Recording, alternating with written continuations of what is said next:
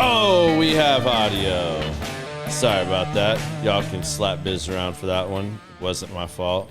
But welcome back to the podcast. We're live on Rumble, live on YouTube. Looking forward to this week. You guys, please give a big, warm welcome to my good friend Howie. How are you doing, Howie? Good, Garrett. How you doing, brother? Man, I can't complain. I'm looking forward to this one. It's been a while. Yeah, it's been a while, and you brought all kinds of goodies, and we get to talk about all of them. These are my favorite kind of shows. They are. Yeah. So for those of you that don't know Howie, Howie is the owner of Old Hansford. You can see it here in the middle. That is what I am currently sipping on. So I don't have to do a whole segment this week on what we drink and what we smoking, because that's what this whole episode's about. I'll let Howie dive into this here in a little bit, but I'm smoking his Old Hansford cigar that they just recently put out. It's excellent. I got to smoke one of these Saturday at the DFW Whiskey Club golf tournament. He so generously brought me one of these early, so I got to smoke one then. Why don't you tell everybody a little bit about this, because they really love to geek out on what we're actually smoking. So our whole cigar deal, actually that was just a big promotion thing we did. We're really not selling them anywhere. We're just giving them away as promos for the whiskey. But our common friend Jason Gals had a birthday party last year. Yeah. And he had Ryan and Holly Rodriguez there that are rollers from Fort Worth that have connections with Nicaragua. And rolled some cigars for Jason with his Rosewood line. Yeah. And they were amazing. They were really good. And since we had Holly and Ryan there, got to quiz them about the whole thing and said we might be interested in doing something like that. And one thing led to another. And about 6 months later, we had 100 cigars for promo. And everybody who's tried them has really, really loved them. Now, I used to really be big into cigars, and I still love smoking cigars, but I'm not as deep into it as I once was. Yeah. And we just let Holly and Ryan run with it. They're just like, give us some whiskey and we'll take care of the rest. And they worked up the blend, they worked up the infusion, all of it. And they don't tell us what their whole process is, but it works better than any other infused cigars I've ever smoked. Yeah, it's really good.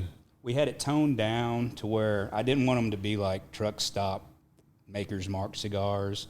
I want them to be legitimate because I still like smoking cigars.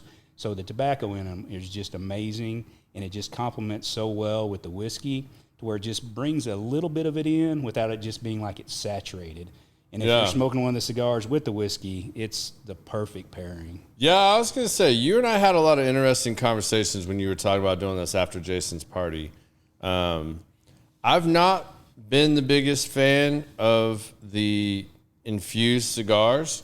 I speak pretty openly about that. Although one of the ones I brought for you that you hadn't got to try yet is the one that was done here at ICC with the locals, the Pegasus. This is a principal cigar that they aged in the Mystery Mash barrel. That was an amazing blend. Yeah, that they did with Tim up at the whiskey blender. It wasn't a blend. That was a straight barrel. It was blended in the barrel. It was blended in the barrel. Yeah. So this actually fermented in the barrel. It like re-fermented because it was in there for like 8 or 9 months. So this went through a whole different cycle. So I'm going to be interested to see what you think about this one. They pulled them at all different points. There's still a few of these left up at ICC if you guys want these. I highly recommend these.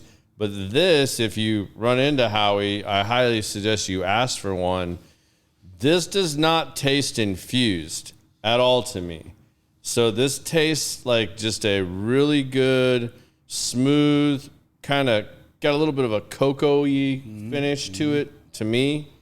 I'm not the greatest at breaking down cigars like that, but I really like this. It's very smooth. It's pleasant. It stays pretty, baseline across the whole palate to where you're not overwhelmed up front, on the back, like you said. Mm-hmm. But then when you pair it with your bourbon, it's phenomenal. Like it complements it perfectly. So they definitely did a good job of pairing that. Ryan and Holly are amazing. Are you getting any of the sweet notes in it? A little bit of the coffee stuff we have in our flavor profile, a little of the toffiness in it. Toffee, cocoa butter, like something like that. and a little and a very light end of chocolate on the back. Yes. No, they did an amazing job with them. Definitely love those. But yeah, it's a promotional deal. So if you see me out in the world, I probably have some with me. So more than happy to share. And hopefully a lot of the bourbon clubs are watching tonight. I'm hoping we're getting some support there because you support every one of the local clubs. It's actually how I first met you. I, at first, had no idea what Old Hansford was. You know, you shared that with me out at the, you can try that one if it's not. It was just filled recently. I might not have got all the air out of it.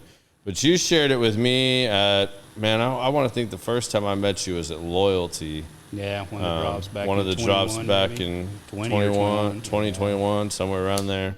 But I was just, you know, the first time I had your stuff, I mean, I'm completely honest on here. I didn't like the first batch a whole lot. It was a little hot for me. It came out a little hot. You're putting out some higher proof stuff back then. That was our highest proof stuff we've ever released. That was right out of the gate. And that one was 124.75. Yeah. And your comments and a lot of other input we had, we changed up our process a little bit to smooth it out. Yeah. The proof came down a little bit. And being cast strength is what we tout ourselves at. But there's no legal definition of cast strength. There might be some people who want to debate me on that. But letter of the law, there's no, if you call something cast strength as opposed to bonded or single barrel or straight bourbon, which have legal definitions to them, there's none for cast strength or bourbon proof. So usually we all realize in the bourbon world that it's somewhere north of 110, usually around 115. But the barrels we were getting came in so much hotter that I really wanted to stay true to cast strength without adding a drop of water or doing any other post-processing or anything. And so we came in at that 124.75. With the input we got from everybody, it's like, okay, we're a little hot for the Joe Blows in the world. So even the whiskey groups were like, yeah, it's kind of hot. But I never thought it drank that hot. I always thought it drank closer to like a 107, 110, quite honestly. The proof always... It just had a lot of pepper on the back end and a lot of that like big red spice on it, like that, like the chewing gum to me. Yes. On that first bottle. Like that really caught my attention. Very strong. It was very bold up front. And that probably added to it seeming like it was hotter. True. Whereas I remember like one of the bottles you gave me in one of the next few batches when I saw you, that one was actually higher than your first one that I had tried. And you were like, this one's actually higher, but it, to me, drank way, way lower than what... I'm wondering if you may have tried our second batch first and then that tried may our have been. First batch second, because we had nothing higher than that first one. So I think it was flip-flop. Okay, maybe it was flip-flop there, fine, but that's yeah. fine. What you've done recently, I'm a big fan of. Like, you can get this pretty much all over around here now. Yeah, we're in all the Liquor Kings. Thank God for those guys. They've been kind to us, and so all the Liquor Kings have us. We're still not in Specs or Total Wine. When we first got started, entry into those big box stores were difficult for a small producer like us. You had to be bringing some background sales, and we have this much product to support all your stores. And so we focus more on the mom and pop stuff, which has been good to us because I love the mom and pop stores. They've been great. Aaron Atterburn over at Loyalty Liquor was one of the, and he's bigger than a mom and pop store, but he was one of the first liquor stores to place an order with us to actually get us going, which when you're out there just hat in hand begging to get in a store or find a distributor for that matter, it's good to have people that are willing to lend a hand and help you out. Absolutely. Well, let's go back and touch on that. How did you decide and take the big leap? Like, where did Old Hansford start? Where did this come from? Because I know this isn't your day job yet. No, it's not my day job yet, and probably not for 3.5 more years, something like that. But maybe longer. I like my day job, what I do, but this is a passion, and then you can't replace passion with just a paycheck all the time. But anyway, my regular day job, I kind of got wasn't working quite as much as I was used to. I used to work a lot of overtime, and that kind of got cut back quite a bit to where I wasn't required to be there as much as I used to be. And I was at a point in my life to where I had a little time, had a little money, and always enjoyed whiskey. I tell people every time they ask me this question, it's like, how'd you get into this? It's like, I drink a lot. It's like, oh, really? Well, at some point you have to drink enough to get a palate for everything, which I think I pretty much did. But once we got it in our mind, me and my wife, that we were going to do this, our purchasing of alcohol greatly increased. We were buying bottles of everything to see where we wanted to be and where our palates really were and what we could agree on what we were going to do. So I ramble a lot, so I'm kind of all over the place. But back to having time off and money. So about 3 years prior, 2016, 2017 time frame was when the whole crypto thing was going really crazy, when Bitcoin was on the map and everybody was just like, whatever, buy as much as you can. So about 2016, 2017, I had a little bit of money, like a few thousand, and bought some Bitcoin. And so it exploded. By 2019, it was just kind of doing this. It wasn't doing anything. It's just dollars sitting there. Yeah. And when I say exploded, I think by that time I had a single Bitcoin total, 1.0 Bitcoin. And it was just not doing anything. And I thought the whole deal had kind of run its course, and I had money sitting there that could be somewhere else. So I pulled all that out, and that's what became our seed money to get going, which honestly, you talk to people about starting a brand and how little we had to start with, they're always shocked. They're like, man, that's like nothing. It's like, that's less than a bass boat. It's like, yeah. But finding people in the industry to work with you and just persevering through to where I got told no a lot, a lot. But you just keep finding avenues and people that are willing to work with you and get stuff done. And it's not what you may envision it when you start, but as long as you leave yourself open to possibilities, things can happen. Yeah, that's a great lesson. I mean, you just said, I got told no a whole lot. I followed a passion, had a little bit of money, and I bootstrapped it, and I just fought till I got some out there. I mean, that's something to be said. I mean, you have a beautiful label. It's all yours, design, bottle, get it stuff bottled. There's the whole blending process because you don't produce your own stuff yet. True. So we're a non-distiller you're producer. a non-distiller producer. And that's how we envisioned it. Well, that's what we envisioned it from the get-go. And until you win the lottery. Yeah, then I'd have my own distillery within the next month. as soon as I could get a still ordered and delivered. But what was I going to say? It's just a matter of who you work with and stuff and getting things done and finding the right people to help you along the way. And a lot of this stuff that's what I was thinking about, the bottle and everything. That was one of the most maybe disheartening things when we got started. Yeah. Because we had an idea of the bottle and we looked at tons of bottles and artwork and a lot of things we've taken from a lot of the other bottles we like to drink and all that. But having a good presentation bottle when you're trying to tell a distributor what your shelf price is, I was shocked at the number of distributors that I would contact. And it's like, I'd be happy to show up and do a tasting for you and explain our whiskey. It's like, and they're just like, what does the bottle look like? What's your shelf price? Okay, it'll sell for that. You want to try it? No, we don't care what's in the bottle. That was shocking when that's your passion. It's like, what's in the bottom is the big part of this for me. And they're like, it just needs to look right, and how many marketing dollars do you have?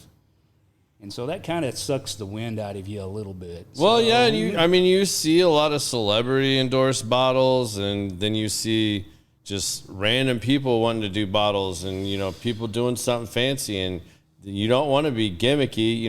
That's what all of us in the clubs and the connoisseurs are going to say, whether you're Scottie Pippen putting out your stuff or Mark Wahlberg, Mark Wahlberg. All these guys just recently in town coming to mind. But if you don't have that name, how are you going to, and you don't have a huge marketing budget, That's a hard thing to do, but I think that's where you've found a good little niche too, being very involved with all the bourbon clubs. Yeah, that's a good point, because up until actually having something in a bottle, I wasn't involved in clubs.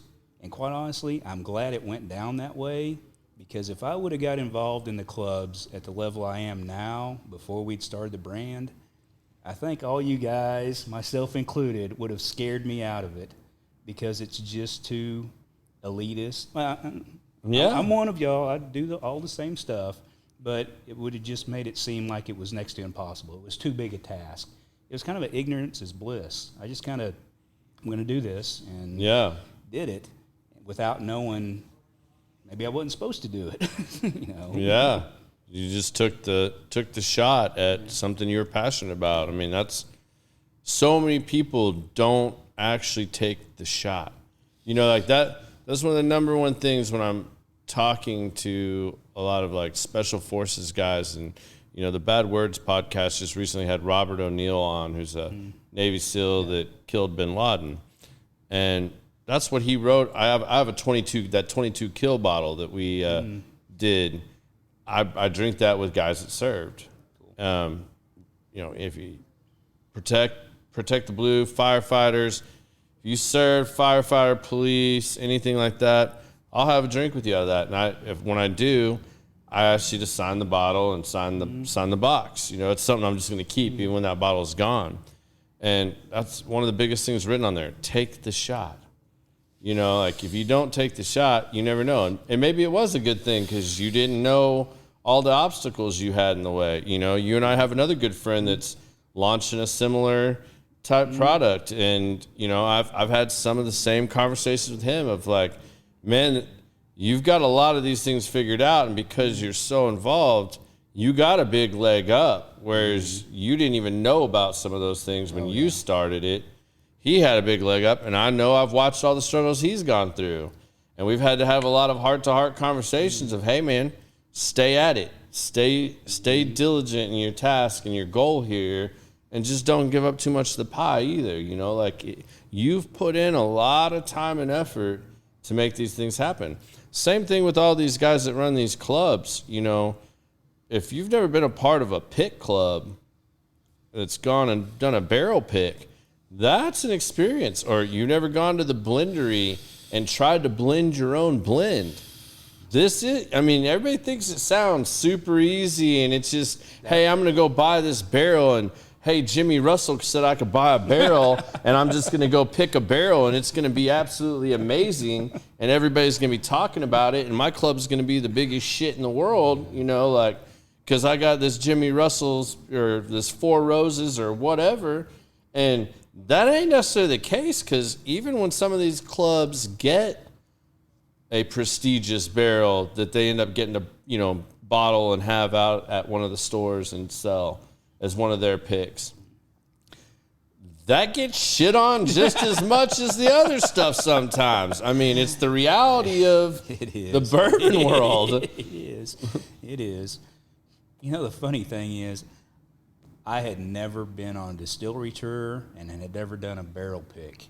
And just decided I'm going to start my own brand. The first stuff that I ever went to a distillery and tried was barrels that we were potentially going to buy ourselves. That's amazing to me that there's, like I said, ignorance is bliss. I didn't know what I didn't know. I was kind of the same way when I got in the clubs. I was buying bourbon. I liked stuff, and I quit trying to chase, even back when I got into it. I didn't always chase this allocated stuff because honestly, right then it was changing and getting really hard to get and find. And it was pissing me off because I was like, man, I used to buy Eagle Rare for like $16 off the shelf, and it was there all the time. 16, I never 19 was bucks. That lucky, but it was like 35 or 40 when I was buying it. Yeah, and it was just like, this is crazy. And now when I know what it is, and it wasn't just, all right, I'm going to try this, or the guy recommended it, and I actually knew what it was, and now it's allocated, and I'm like, what the hell is this? And a lot of my friends are 10, 15 years older than me, and they're like, man, when I was in college, I was drinking Antique 107 Gold Vein like it was going out of style. That was the cheapest shit in the world. I probably still left a case of that in the dorm, in the closet. Like, I'm like, this is insane, you know, like, but when you don't know and you're trying to figure that stuff out, I mean, I chased craft distillers that were doing something unique. You know, I wanted to find, you know, that's where I got in with Spirits French Lick and Alan Bishop. You know, I thought what Alan was doing was super impressive, you know, it is impressive. Very impressive. You know, he was bringing back grains out of like the National Seed Institute and stuff and growing stuff out on his farm to see if he could bring back a corn or a wheat and stuff like that was like different than what everybody else was using. And I fell in love with that whole process and stuff. And man, I had been buying bottles, stuff like that. And I was the same way. I'd never been inside a distillery. And then me and my older brother, Dean, you know, once we met and started hanging out, we're like, let's go to Bourbon Fest. And hey, on the way there, we're gonna go to Indiana first, and let's go see Alan Bishop. Oh, nice. And that was literally out touring with Alan Bishop. It was my first time in a distillery ever. And I had a blast. Jumped right in the deep end there. Yeah, and you got rocket scientist Alan Bishop over there explaining bourbon to you, and you know, he's the first legal distiller in his family of like 3-4 generations. And he's breaking stuff down. I'm like, man, I leaned over to my brother at one point. I'm like, he is speaking Chinese to me right now. Like, I'm just going to keep letting him talk and like let him do his thing because I'm just amazed at all the stuff he's putting out there. But that's a whole nother world to go down. Yes. Have you ever spent any time with Billy out at Lone Elm? I have not. He is the same way. He had his first life, I think he was in academia, PhD in organic chemistry and then petroleum kind of like the LaCarish brothers. Yes. And you want to go down that rabbit hole on all the chemistry involved with liquor, he will go down as far as you want to go. Yeah. Where you're just like, this is too much. It's too much. So did you just do this? So you obviously have to start blending at some point and you're tasting stuff. How did you hone in? I mean, did you just get lucky the first time? Or how did you get to where you're going to these different distillers, you're asking them for barrels, you're trying to find stuff you can blend? You know, we won't get into too specifics of all that, but like, how did you hone that craft? Because not everybody can go from knowing X amount and actually have a nose and a palate to blend like that. Once again, ignorance was bliss. Didn't know what I wasn't supposed to know. And pretty much we knew, and when I say we, me and my wife and I, Cindy Mosier, we started realizing our palates were pretty much in the high rye bourbon, which is predominant with most people. And we had to sell something that other people would buy, which is also a big seller in the market, is high rye bourbons. Yeah. So we knew it was in that realm. And we honestly thought, starting was, we knew it was going to be MGP because we started looking through our own liquor cabinet and the stuff we liked, and everything said Lawrenceburg, Indiana on it. So it's like, okay, so we have to be involved with MGP at some point on this process. But when we got our first samples from MGP, that's when the rubber kind of hit the road to where it's like, okay, I had this idea in my mind after talking to Barry Yankee at MGP of like I could buy a 6-year barrel for $750. He told me he'd sell me a barrel for $750. He didn't say it was going to be a new fill barrel, and I assumed we would have access to, you know, that 6 to 8 is your sweet spot in the market of bourbon. I mean, the big connoisseurs, we like stuff a little bit older, but the reality is of a good solid bourbon, 6 to 8 is where you need to be, or at least in my opinion. And so I thought that's what we'd get, and we had a hard time finding 6-year stuff even at that time. And the new fill, we got a hold of some 2.5 and 3 that was the MGP 36% rye. And when we tried it, it was like, oh, this is not, we're just not going to be able to put this in a bottle and put our name on it. We have to do something with it. And that was when it's like, okay, what are we going to do? And so I started researching just about every post-processing technique that's out there, with multiple barrelings to blending back with something else to all the, the electrical wave stuff that's out there and everything else. Blasting metallic on your barrels. Yes, all that stuff about how we were going to get. You didn't just decide to do country music and, play some Stoney LaRue or something? There might be some notes in my notebook of like, hey, how about a little Willie for 3 hours a day? See how it helps. But none of it really made sense until it's like, okay, we need to blend back with something. And then I started researching blending. It's like, well, you kind of want to get your base, and then you kind of want to work with other components that are similar to it. And then as we started trying other whiskeys out there, and we knew we wanted to be a Texas brand, so that meant we needed to have a good percentage of Texas whiskey in our stuff. So we started checking around other distilleries in Texas and found one that was willing to work with us, and they had a good nose. A lot of the stuff you get with the sweeter notes in the nose and the forward palate is the Texas stuff, and the MGP helped smooth everything out and kind of bring it into balance like it needed to be. And I say balance, we're still pretty complex. I mean, we get the sweet, and then we get the heavy coffee, and then we get the loose leaf tobacco in the middle, and some people may not agree with the sweet and the heavy coffee in the same deal. But if you're a cigar smoker, you're going to like his bourbon. I can guarantee that it definitely pairs well with a lot of cigars. Yeah. We get that a lot from people. Is they are like, well, I want something that's more of a cigar blend. I'm like, you should try our stuff because of the proof and the super strong flavor profiles. I'll stack short of almost any cigar out there. Yeah, short of a few bottles here and there and some other spirits, that's about the only bottles I buy anymore is the stuff that's aged in an Ambriana barrel and stuff like that. I love that profile. Yeah. And you come as close to that as you can without actually doing that. Yeah, no, it holds up well. And even before the cigar pairing stuff happened, we always wanted something that you would know you're drinking Old Hansford. If you mix it, drink however you want to drink. I don't care. Yeah. If you want to mix it with Dr. Pepper all day, fine. But you're going to know there's Old Hansford in that cup also. Yeah, absolutely. I don't know how you would do that, but I mean, yeah, kudos to you if that's how you like to drink it. I don't know how you would add even Coke to that, but I'm sure you could. I'm sure there's somebody that does it. I don't. A lot of whiskey or bourbon, you could see where that profile might fit in. Yeah. I just don't see it with what you do. But again, to each their own. Try it if you want. Did you ever play around with like barrel aging and putting stuff in different barrels, transferring it to other barrels? We haven't. Our process really doesn't go from barrel to barrel, but we process the two barrels that we do blend together a little bit differently to help bring out notes in one and dumb down notes in the other one, and then blend them together and do another little process with it. All what it comes down to is a lot of aeration. So what we wanted to do, once we found after about the second batch that, and this, most people who drink a lot of whiskey realize that as you get halfway in the bottle, your flavor profiles will start changing, and a lot of that is just a function of the amount of air that it's getting. So what we wanted to do was bring our middle bottle to our top.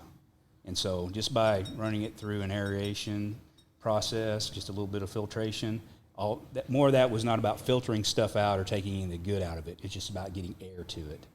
And that makes a big difference. It's so funny you bring that up and say that. I've mentioned this before on the show, and even once when he was on the show. That's partially how Alan Bishop and I's relationship started. Because I got into, have you ever had that conversation with Randall Sullivan? No, not with Randy. Okay. I'm just going to throw it out there. Me and Randy made a post or had a comment with me one time about how letting a bottle air out. So that's, I brought up, how is it that, I opened this brand new bottle, I open it up. First few times I drink it, I absolutely don't like it. I mean, I think it's terrible. I put it back on the shelf. Maybe I don't come back for a month or two. And then I'm like, you know what? Let's give that 9 Bandit another try. I didn't like it this first time. But now that me and another buddy or two have tried it, it's set like this for 3 months. Now I open it up, pour it again. Holy shit, that ain't so bad. I didn't think that was the same bottle. Yep. And until I started taking notes and writing stuff down, it got real hard to do that. Well, Randy made a post about how, and I think he even did a podcast or two about it, about how adding the oxygen doesn't change anything in the bottle. And man, we went round and round debating that. And he ended up having an extra ticket during COVID to Fred Minnick's virtual world. I think it was Deggy World or something like that. And it was like a virtual trade show for bourbon guys and stuff. Like they had symposiums and they were all coming in on Zoom, and you could go to you created like a little Wii figure, like Nintendo Wii, and your little character guy would walk through this virtual world, and you could go to the trade center or you could go to the virtual hall and watch them podcast. And then when you walked in, all of a sudden up on the screen is whoever's face is on the Zoom call and there's speakers. Well, I got one of those tickets to do that, and I was sitting there during COVID. That is a really good idea during COVID. It's Yeah, a really good idea right now. It worked out. Yeah, I mean, it worked out for him perfect. I mean, I don't know how long. Fred Mick had been working on that for a while to make that happen and pull that off, but it was amazing, and it was so cool. I had so much fun. Well, one of the first bottles I had was a Spirits French Lick. That's actually the bottle we were talking about. Because when I first had, if I'm not mistaken, it was a Matty Gladden. And I had that Matty Gladden, and when I first opened that, I was like, this is rancid. Like, I do not like this. This is not my cup of tea. And my buddy at Liquor King, Bradley, was like, man, I think you're going to really like this based on the stuff you like. I was like, man, that's the worst thing you've ever given me, Bradley. I set it back on my shelf, and I pulled it back out again. Well, that next time I actually liked it. It had opened up, and we started going down that road. And well, I'd go by and I see Spirits French Lick, little trade show booth in virtual world. I go over and start talking to this guy. Lo and behold, it's Alan Bishop. We talked for an hour and a half to the point he almost missed his town hall meeting at the conference center. And he's like, hey, man, I'll catch up with you later. I got to go to this thing. You kept someone talking for an hour and a half? I don't believe it. I mean, yeah, it does not sound like me at all. Right? Yeah, so we went down and did that, and I brought that up to him. I was like, so why is, I mean, even with yours, why do you think he's like, man, it's oxygen stuff, man. You've done this multiple times and let that bottle cycle through a little bit. You're getting more of the fuller picture. I mean, that's one bottle out of a barrel that was blended together to make thousands of bottles or a couple hundred bottles, whatever the case may be for that particular one. He's like, of course, as it opens up and you do those things, it's going to have an effect on it. And I know it's a touchy subject. I mean, I had someone just 2 weeks ask me about what I thought about neck pours, and I explained the same thing I just did about the aeration, and I think the oxygen plays into it. And it's probably being debated right now. Oh, I'm sure. I mean, I'm surprised. It's because if we were still on Facebook Live, I guarantee you this shit would be getting blown up right now. The comments would be filled with stuff about this. No, it's I believe it's real, most definitely, and we've changed our process to account for it. So take advantage of it, I guess. Yeah. I mean, I think you have to. It makes a difference. It makes a difference, especially when you're blending and you're the small guy. You're out there battling with guys that have multi-million-dollar marketing budgets and stuff. Yes. Now, when you were asking me when this started about how we ended up with our final blend and everything, and a lot of that ended up being the clubs. That Raymond Taylor with DFW Whiskey Club, I actually work with him on my day job, and oh, really? Nice. And so we worked up 4 different blends, and then had him and 3 other guys that he picked do a down select for us. Now I'm sure at that time they weren't like, "Man, this ain't the greatest thing ever," but they gave us an honest accounting of it and told us what they thought. And then we had about 4 other groups of people, family and friends, that we gave samples to, the same 4 samples. Yeah. And at the end of the day, everybody had picked the same sample. That's got to be reassuring. And that's what became our first batch that we did. So when you're small like that, how do you manage and try to stay true to that? Because you're not mass producing and you don't have control consistently over all the barrels you're getting. How do you keep within that same realm of Old Hansford's taste consistently when you are the small guy? I never really wanted to go for a consistency all the way through. I wanted every batch to be its own thing. Okay. I mean, and we don't batch number all our stuff. I mean, I keep a log of what the proofs are, and I know how many bottles were in that batch. Yeah. And when people ask me all the time, it's like, which batch is this? I'm like, okay, this is 1.5, and then there was like a 3, and this is like a 5 now, and that sort of thing. It always needed to be enough craft blending, craft distilling, and I still call it craft distilling because of the barrels we do get and stuff and the things we do with it. Each batch need to be special. If you get a bottle, it's going to be in the wheelhouse of what Old Hansford is. Yeah. But they're also going to be unique unto themselves. That's cool, man. I like that approach because you can't stay within an exact lane all the time because seasons and everything else are going to give you different stuff.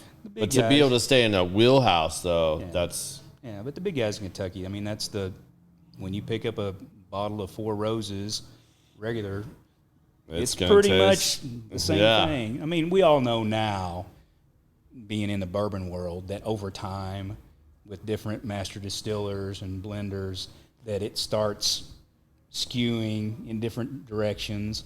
Like a Jack Daniels from 78 isn't going to taste like a Jack Daniels from 2023 Black Label. It just, it's a whole different animal.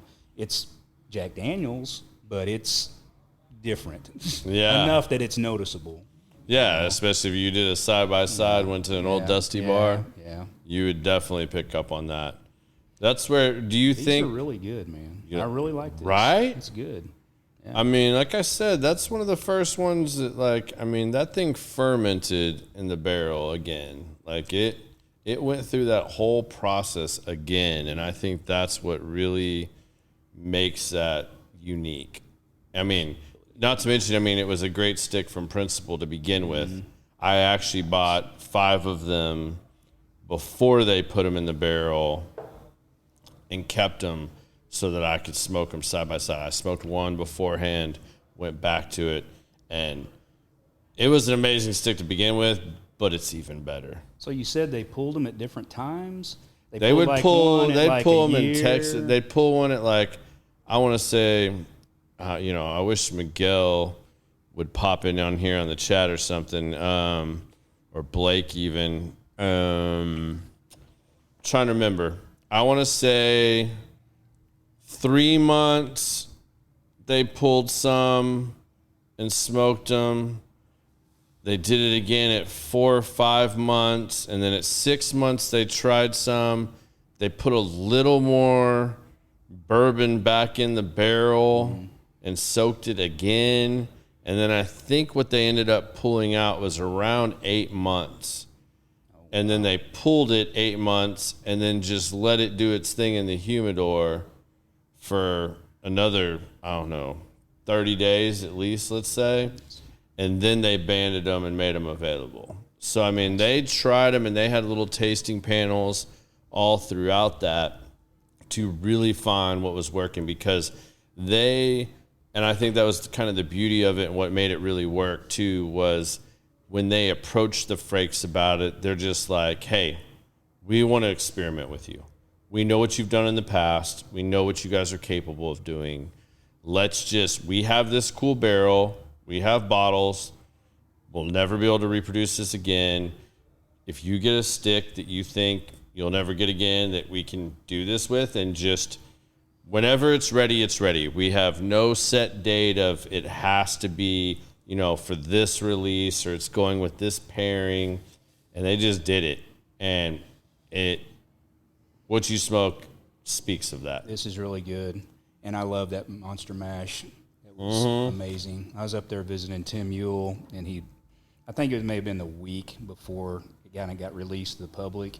And he was like, hey, this is fixing to happen. And he had a bottle open, and I was like, wow, this is this is an incredible bottle, man. It's something Very special. incredible. So you talked a little bit about your ignorance in the game probably being something that helped you. What other things do you think really helped you, or what good advice did you get early on that helped you be as successful as you've been to this point with this? Because so many people, A, don't take that shot, and B, the first few roadblocks they hit, they give up. You've yet to do that, and you're still putting out bourbon, and you're not where you want to be yet. You're not where you thought you'd be, and you've had evolutions and had to tick things back and forward to say, all right, now we thought we'd be able to be here, but reality is that's here, this is here. You've had to make adjustments on the fly, but what helped you be open to doing that? And I mean, I know you have great support from your wife. She's, partner in crime on this, but what things can you contribute to really helping you with that? I don't know if this is really a help, but more of a realization that I didn't want to accept is that our distiller, Nick Draghi, down at Texas Tales Distillery, and that's where we blend and bottle at down in Galveston.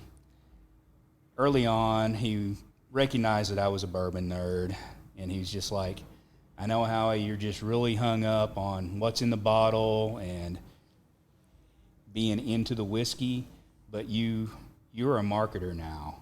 You're making a brand, and all the fun part is going to be a little bit behind you, and the marketing part's in front of you. And I never really envisioned this as being a marketer, being in sales. Yeah. I envisioned it as in being at the distillery and blending whiskey and tasting whiskey and enjoying whiskey. Yeah, people buy my bottle. Yes. That's kind of what I had in my head. And then getting into it was like, oh, wow, this is me in front of people selling stuff, which I've never done in my entire life. That's not what my day job is. That's not what I've ever done, other than being a waiter, I guess, pitching the specials. But it was a realization, and I think it helped a little bit that I always had that in the back of my head when the sales stuff was happening. It's like, Nick told me this was how it was going to be, so you were warned.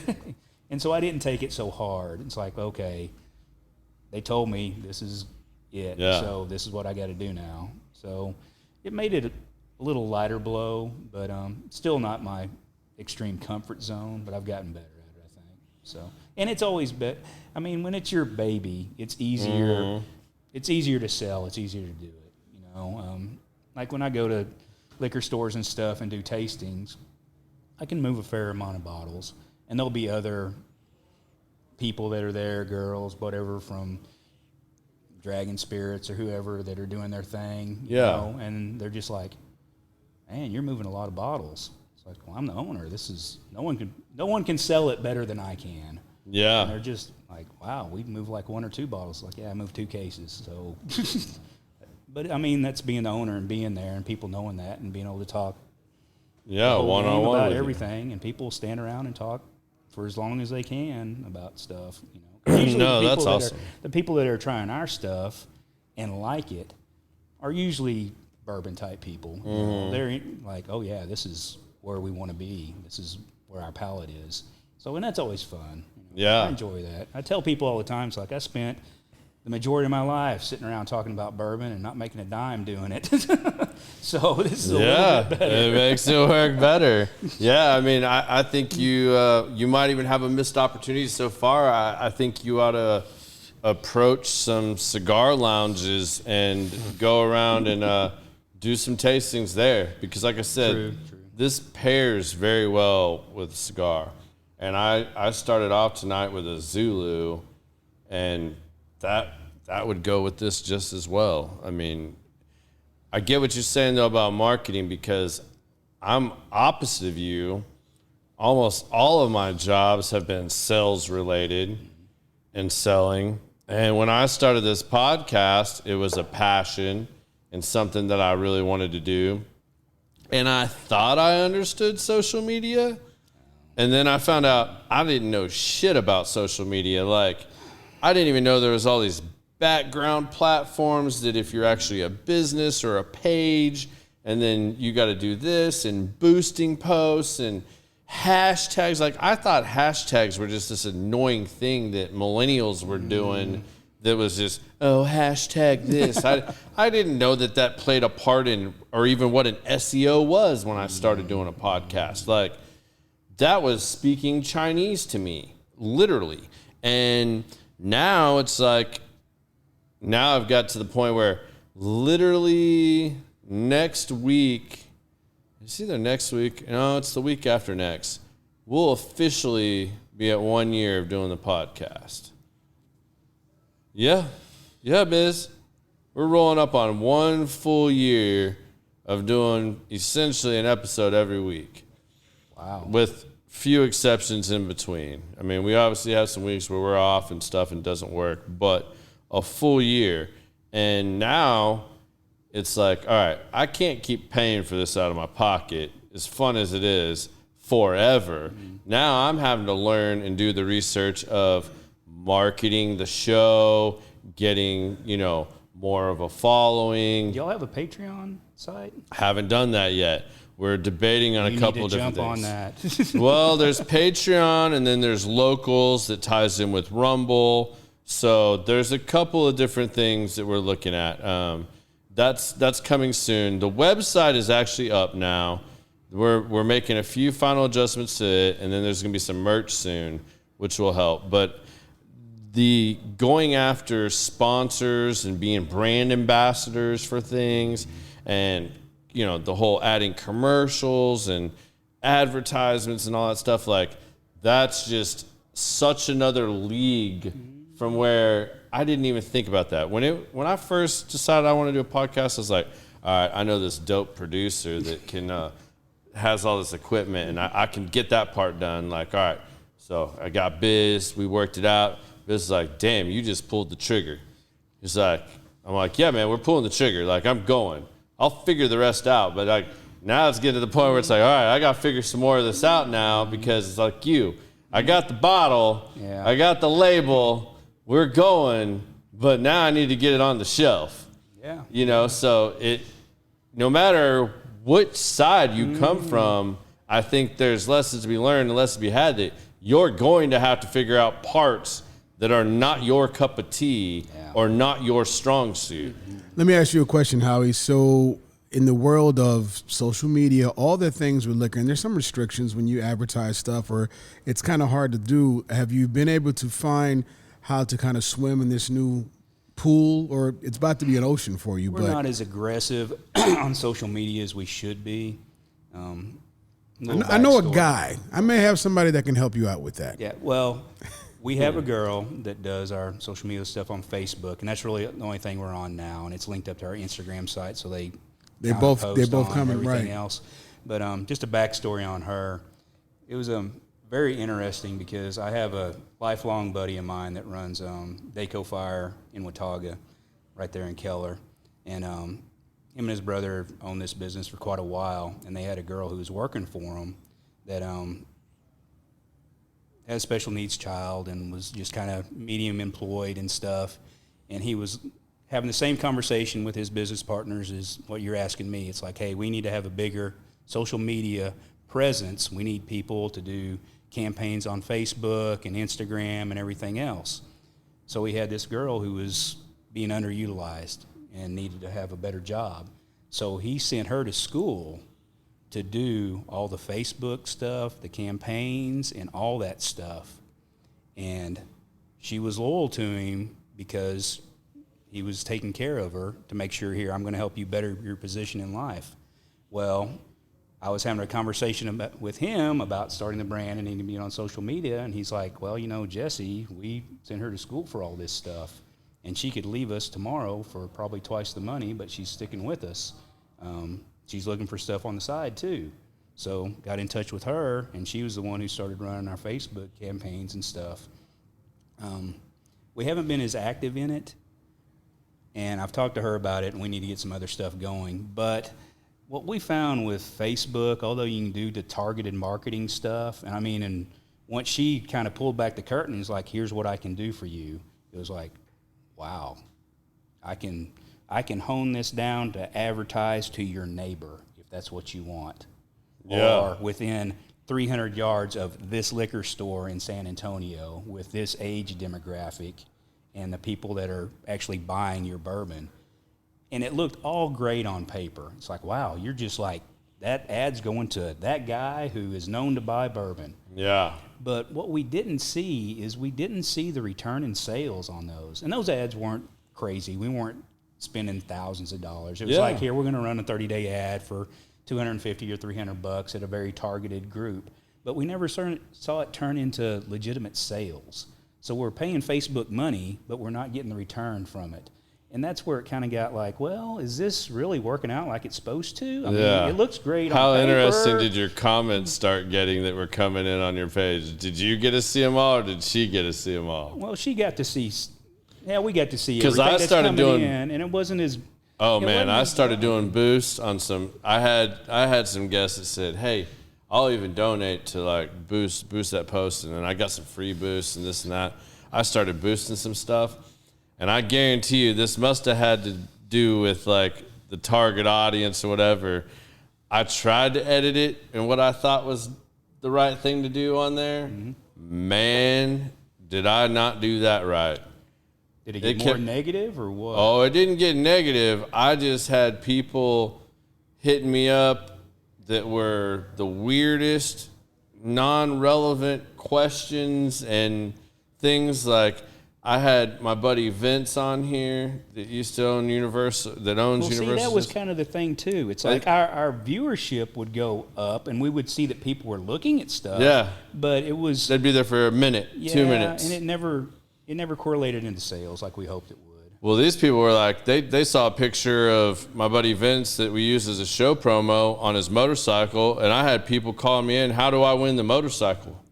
I want that motorcycle.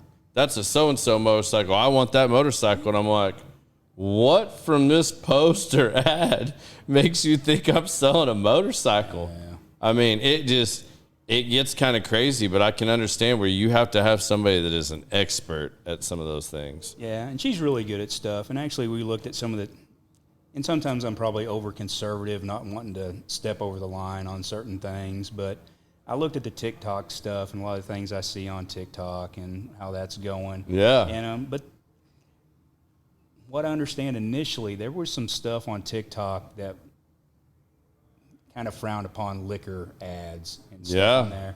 And I mentioned that to a buddy of mine who is in sales. I was like, yeah, TikTok's probably a better way to go, but I can't put liquor on there. And he's like, I'd follow pages of liquor stuff on TikTok. I'm like, well, their bylaws say this. You know, you don't want to, if you're wanting to use one of these platforms, you don't want to get sideways with them right off the bat.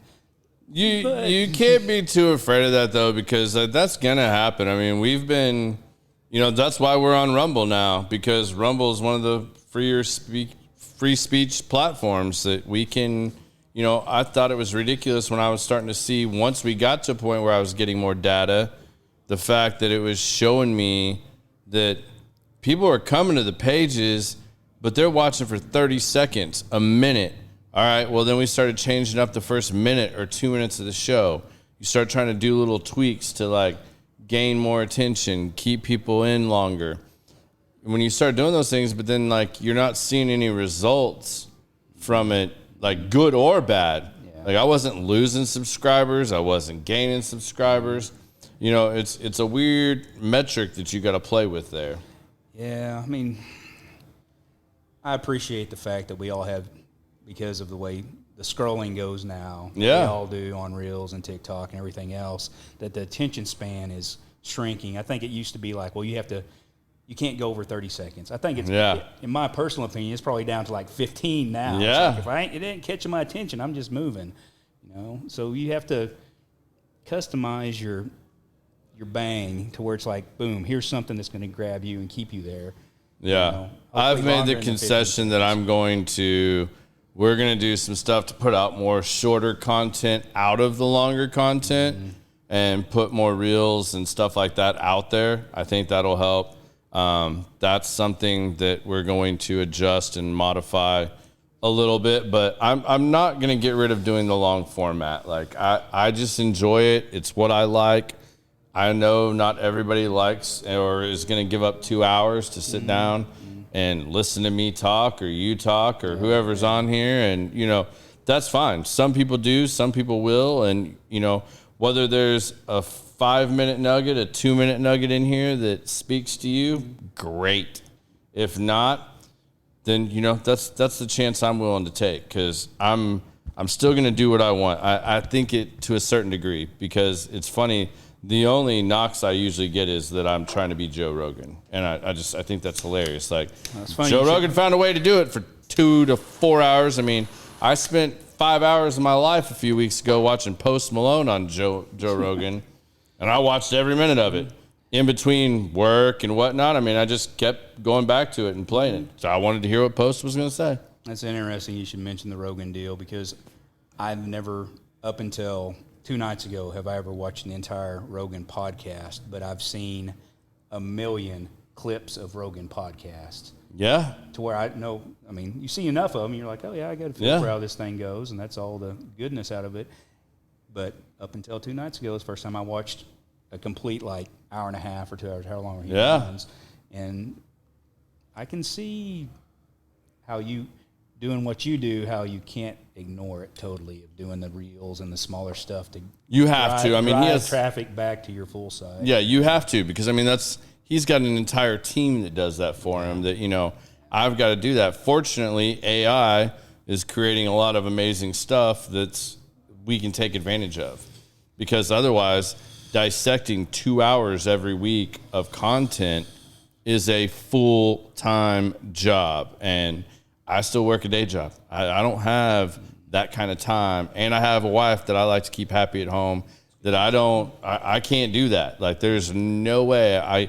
Even if I took 2 hours out of my sleep routine, I wouldn't have enough time to do what you'd have to do to edit and create those clips.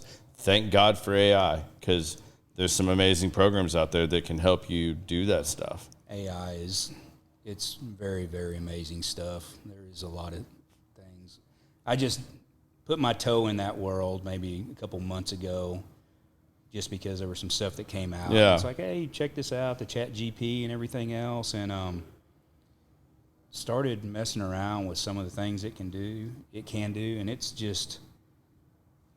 scary. It's amazing, man. I can push a button, but it's scary at the same time. Yeah, I mean, I can push a button on YouTube and it'll break down this entire 2-hour episode in 15 seconds. Insight, summary, timestamps. I mean, it's insane. You used to have to hire somebody in Vietnam at $400 a month to sit and watch your episode and hope that their translation was good and break stuff down and pull clips for you. And now you can do it in 15 seconds for like $9.99 a month. I mean, it's absolutely insane. See, that's even more incredible than some of the stuff I've seen. But yeah, Tell us a little bit about this 9 Bandit that I just cracked over here that you're... So that 9 Bandit was a pick by the Cowtown Bourbon Club. And it's an interesting story on the 9 Band. Had you ever tried any 9 Band like a year or 2 ago? They're a Texas distiller, and it's not one that we use, but it's one that we tried when we were looking for barrels to source and everything else. And it just was young. It needed some more time. Wasn't quite where it needed to be. And the guys over at Cowtown had done this pick in 9 Band, and I contacted them, or James Blackwell over there, and was like, "Are you serious? You did a 9 Band pick?" And he was like, "Howie, this is not the same 9 Band that we tried years ago. This is incredible." And this is a testament to 9 Brand distilling and having to take a chance on something because maybe you didn't do it quite right. That they were having, so I hear, this is all secondhand information. Okay. They were having a hard time getting stuff off the shelf, getting it sold. And I guess their marketing guys and sales guys that are out there pushing product were like, maybe this wasn't ready. We need to do something else. And at that time, they were able to go back and buy a bunch of MGP older MGP. That's a weeded MGP. And they pulled stuff off shelf, rebranded, put new stuff out, and that's an incredible bottle.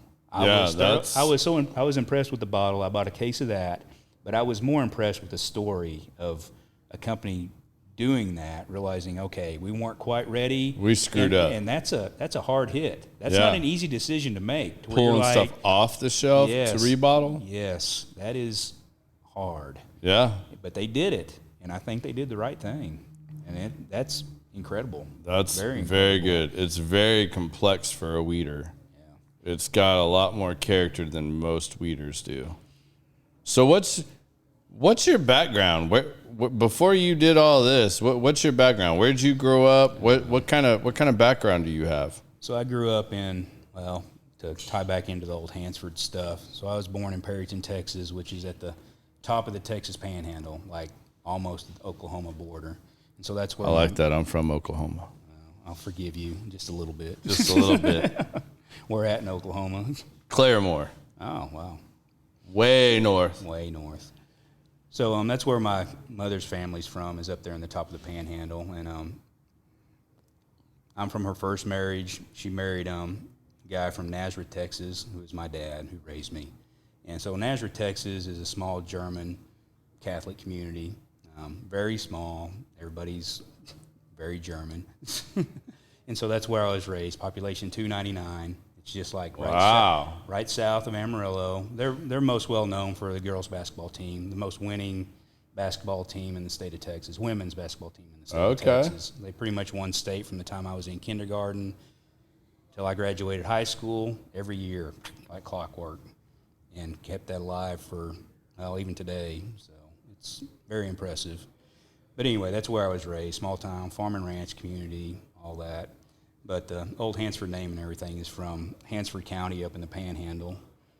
But anyway, that's where I was raised. You're asking about where I was from and everything. Nazareth, Texas, and came down to UTA to go to college after I graduated, and that's where I met my wife, Cindy. She ended up graduating from UTA, civil engineering, and I bummed around a while and finally figured out I had to do something with my life and got a degree in graphic design and graphic design and technology, doing CAD and stuff, designing parts, and then got a degree from UNT finally. So awesome. Been in Fort Worth area since '89. Yeah, Keller since about '94. Yeah.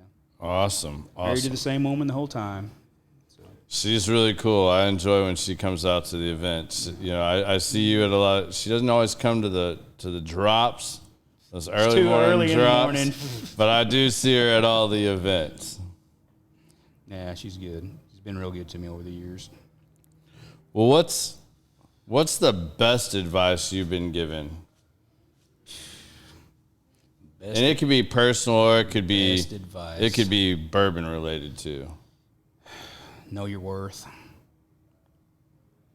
See too many people that don't realize what they're worth or what their product's worth, and they're willing to take a lot less just because they don't realize you're worth more than you think.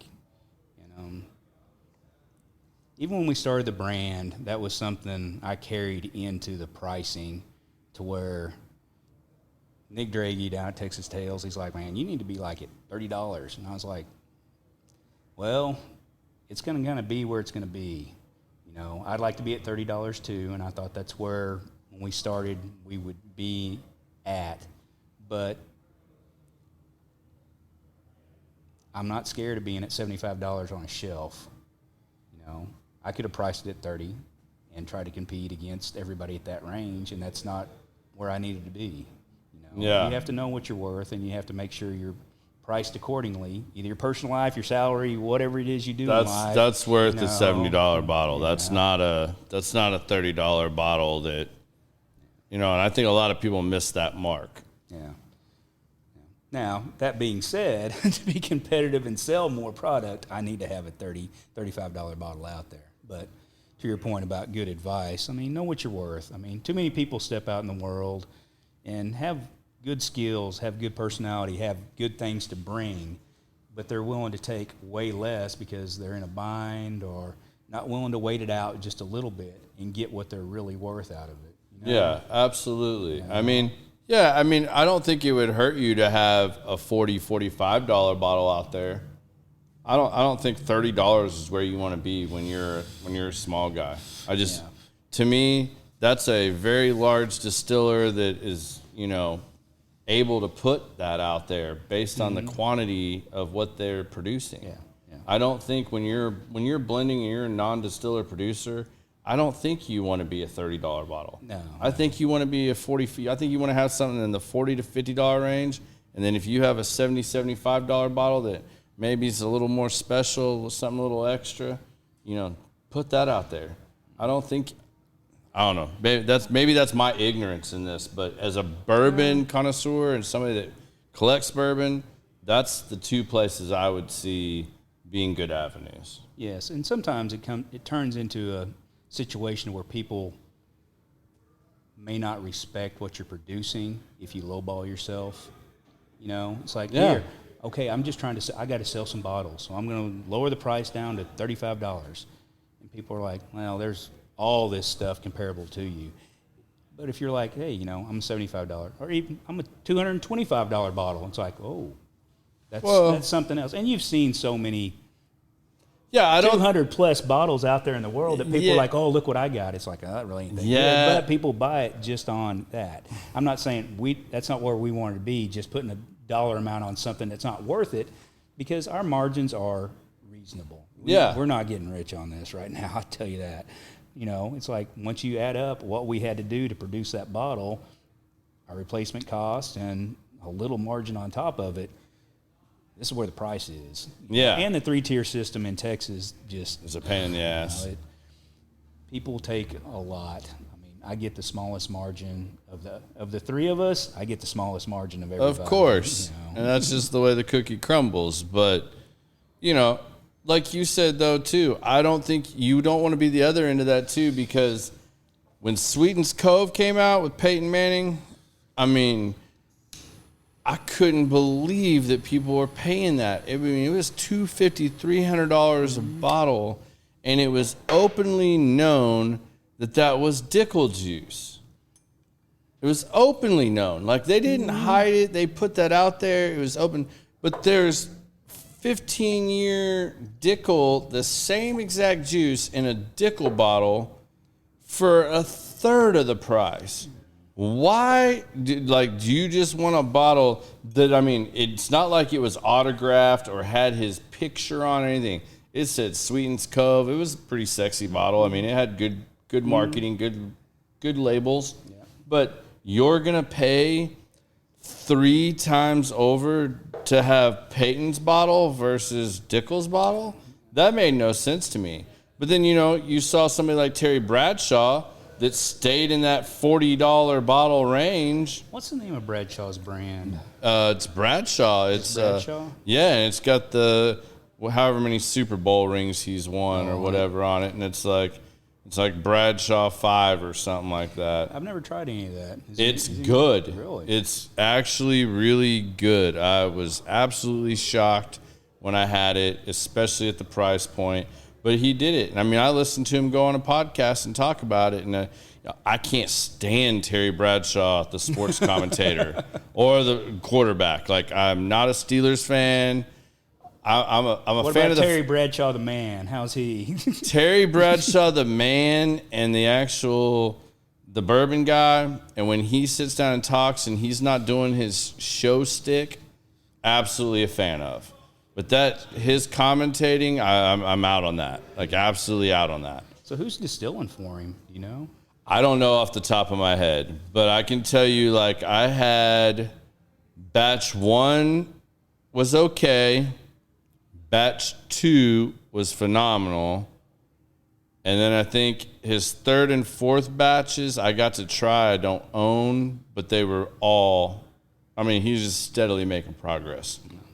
Of putting out something consistently good, staying in his price point, and I'm a Cowboys fan, so I wasn't gonna fall in love with a Steelers Nation, bourbon, let alone something Terry Bradshaw's put out. But I will say, I'll give him his props. It's good. He did his research. He partnered with the right people. And it wasn't about just putting his name on a bottle at the end of the day, where I think a lot of these guys get really caught up in that and they're just putting their name on the bottle. Yeah, you see a lot of that. But it also sells bottles, though. You get a good name behind you. You got to have the marketing. Well, what's the worst advice you've been given? Because you seem like somebody that like takes it with a grain of salt, but like you're not afraid to take chances. You're gonna take the shot. I mean, you've proven and shown that. What's the time you got some really bad advice and you're glad you didn't follow it, or you turned a cheek to that one, that maybe you didn't let that like steer you down the wrong path? I think some of it may be it's too hard. Take the easy, safe path. Yeah. That seems like good advice when things are dicey, but ultimately it's better to go ahead and take the chance and do stuff. I mean, granted, I've lived a pretty safe life. I've taken good calculated risks and been successful doing it, but if I would have taken bigger chances earlier in life, may have worked out, may have not, but if I'd taken them, who knows? Yeah. I mean, I think you always got to look at it that way and, decide, find the value in it. True. Is this something I'm going to roll the dice on? Is there enough positives that outweigh the negatives? Are the negatives so loud? But sometimes you got to turn that negative noise out. And sometimes it's that sweet ignorance you talked about earlier that, hey, this is a passion of mine. I'm going to find a way. When you put your boots on the ground and really go after it, you can make some things happen. And just because it didn't work for one person doesn't mean it can't work for you. True. And I try to tell that to my kids. I got 2 boys. One's 21, one's 19.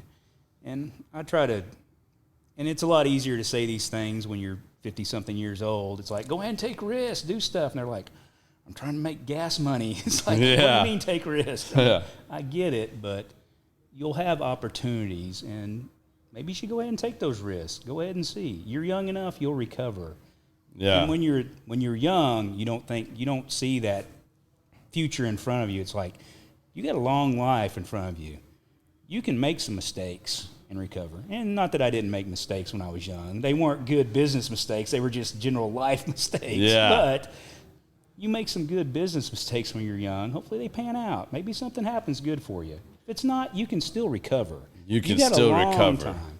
Yeah, 50 years old, you may not recover from it. So yeah, it gets to be a lot harder the older you get. That's like my younger brother. He lives a different life. I mean, he doesn't have a wife. He doesn't have kids. He travels. He used to live in California. He now lives in Maui. I mean, he didn't get burned up, did he? Nope. He was. If you drew a triangle around the 3 big fires that were out there, Lahaina, the one on the road to Hana, and the one in the sugar fields, he is dead center of that. Wow, good for him. So he dodged a bullet there. He still had to deal with a lot, but he gets to take some of those risks. If there was one thing I was going to go back and do, I would have taken a lot more risks when I was younger. I had a whole lot of ideas, but I didn't execute on them. And I think that's the one looking back, like if you see this younger generation, they are scared shitless to take a risk because all they do is sit inside and play on these computers and stuff. And like, they have a different set of knowledge than what we had. And it's like depends on the kids you run into. I mean, I know, but a lot of them, I don't think take the risks. Like they're afraid to take the shot, and they don't realize like you failing while you're at home with mom and dad, or you got the biggest safety net in the world underneath you. Exactly. Go for it. Yeah, go for it. You don't have much to lose. The biggest thing you're going to get is you failed, but you're probably going to learn a shitload from that. Yes. And what you learn could be that thing you needed to learn to make that next idea really take off and grow, or be that next thing for you. So I always want to encourage people to take those risks, especially when you're younger. Like, go for it. you don't have a lot to lose. Like you said, you have time to recover. Like what you think is a huge defeat then, in a year, 2 years, 5 years, it's going to seem like a pebble in the story of your story. Yes, most definitely. Yeah. But I come from a really good family. I mean, up until several years ago, I was the only one that had like a regular job. Everybody else ran their own businesses, did stuff, my sister, my brothers and stuff.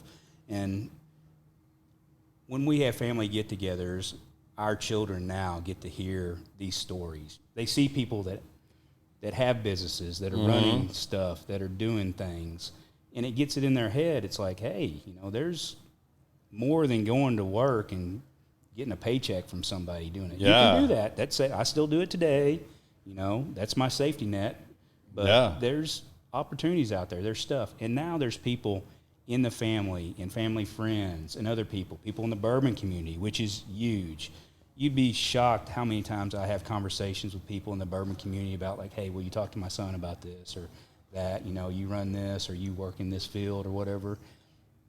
It just expands the network in a good way, not a sleazy, sketchy, political kind of way, but, towards like, there's stuff out there. You can do things, and this is how, and not only can you do them, here's how you do them. Yeah. Here's how you get financing. Here's how you set this up. Here's how you cover your trademarks and patents and all this stuff to keep it working.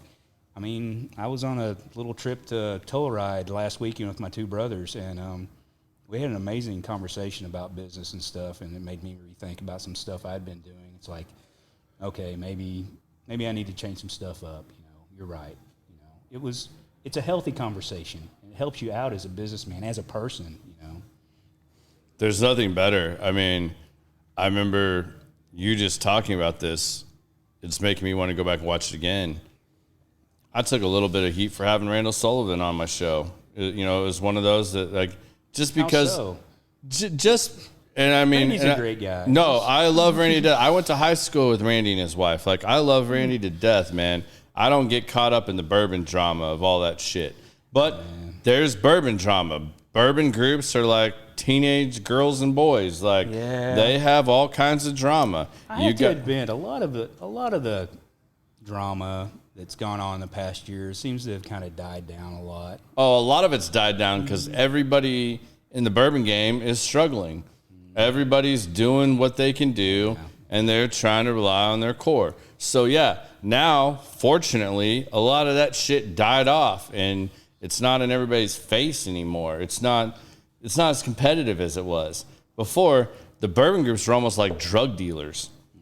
I mean, it was like, don't come and try to do a pick at my store, and, this and that. I mean, that was real shit during COVID and right before and right after COVID. Like, these guys went at each other because, like, they all wanted to be the biggest and the best at whatever it was they were doing, and, again, where I was going with that was, Randy has one or two very successful podcasts and groups, and Randy's involved in multiple businesses. What's his podcast called? Bourbon Real Talk. That's Real Talk.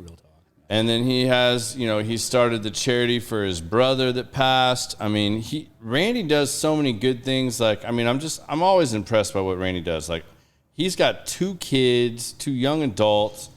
I don't know how he finds time to do all the shit he does. Because me and my wife talk about it all the time. We don't have kids. I don't know how half of my friends do the shit that they do with kids. Like, I legit think God blessed us at this point with not having kids, because I don't know how we would manage it all. Like, I mean, I know when it's yours, you find a way. But before I get too long-winded on this here, Randy, literally on this show, like, we had a great podcast, and this was probably at the midway point for me. We were probably halfway through season 1. Oh, no, probably at the end of season 1. Maybe early part of season 2. Like, out of all the podcasts we've done, we were at the halfway point. And I asked Randy lots of questions like, how did you grow it? How did you keep it going? Like, I mean, I don't have a product I'm selling for, say, like, you know, I'm not, someone say whiskey. I'm not, or DFW Whiskey Club. I'm not one of those guys where like I'm trying to promote my group, so to say. You know, like I'm not doing picks. I'm not doing this kind of stuff. But how did you grow that and like get past that point where it's like, and I remember I actually was at Randy's house the day it happened, and he was like, holy shit, I just checked my YouTube, and I'm jumping up at like thousands of viewers. Wow. Like went from hundreds to thousands. And he's like, happened? 4.5, 5 years in, and it's like, he's like, you gotta be persistent. And like, he gave me a shit ton of advice. We probably talked for another, it was a 2-hour episode. We probably talked for another 45 minutes after the show.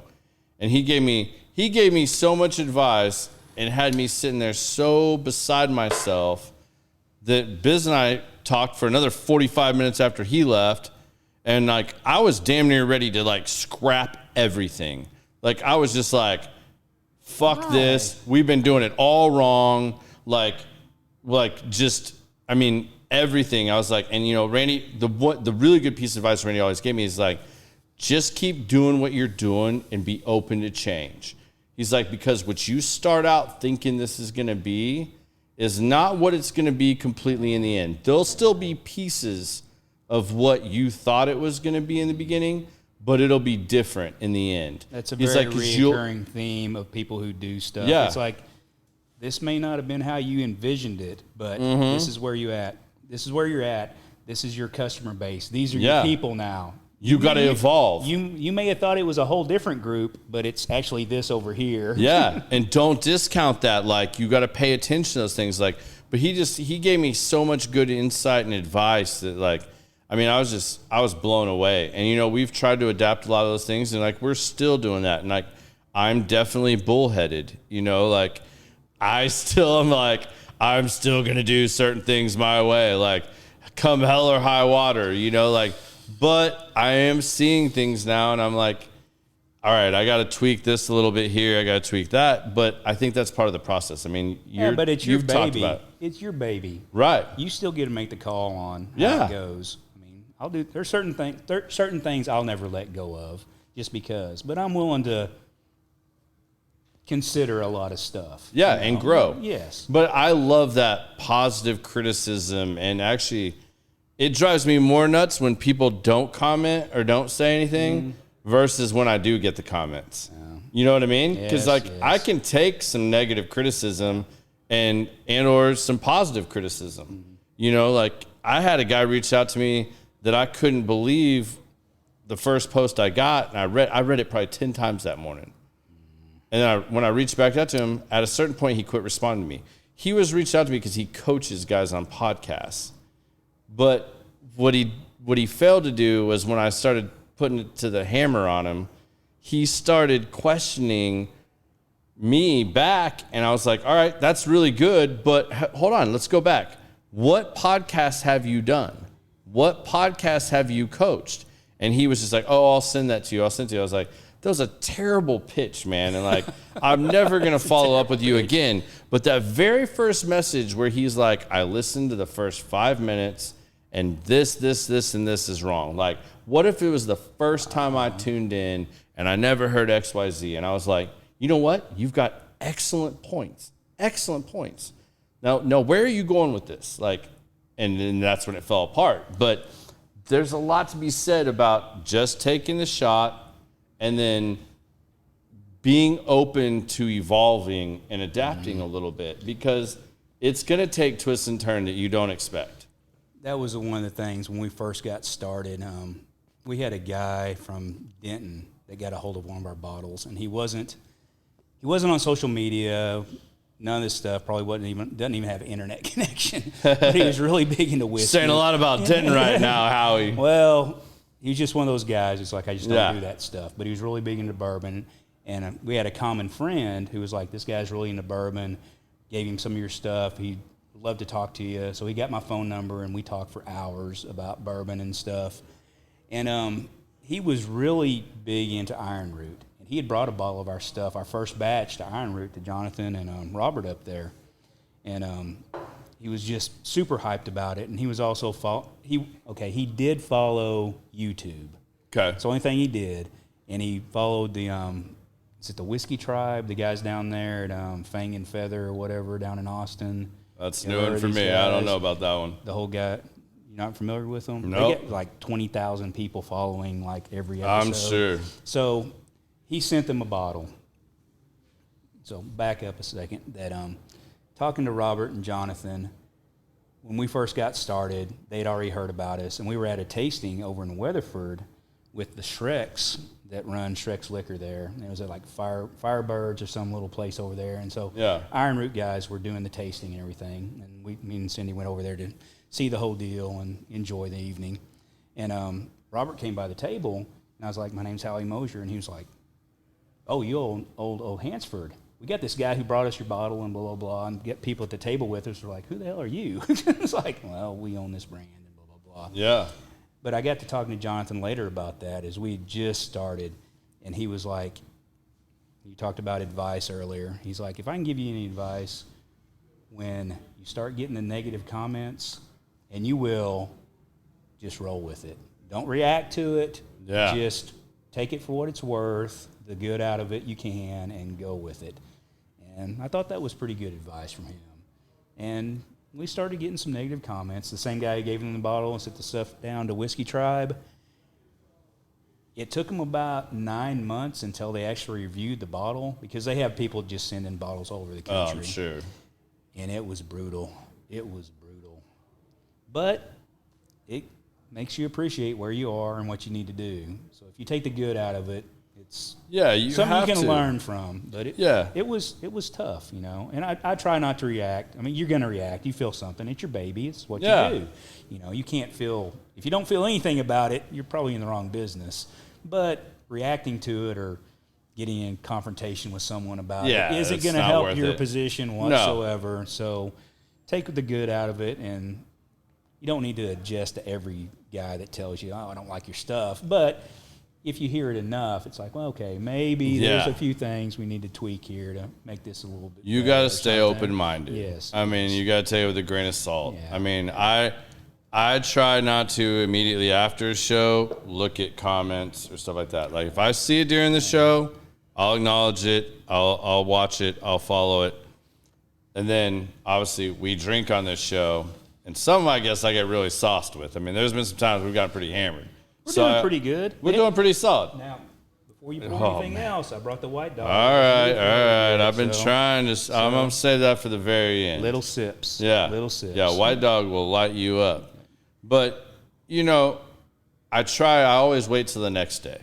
You know, like, even I've made that a habit, too, that if I get a comment or a message, don't be insulted.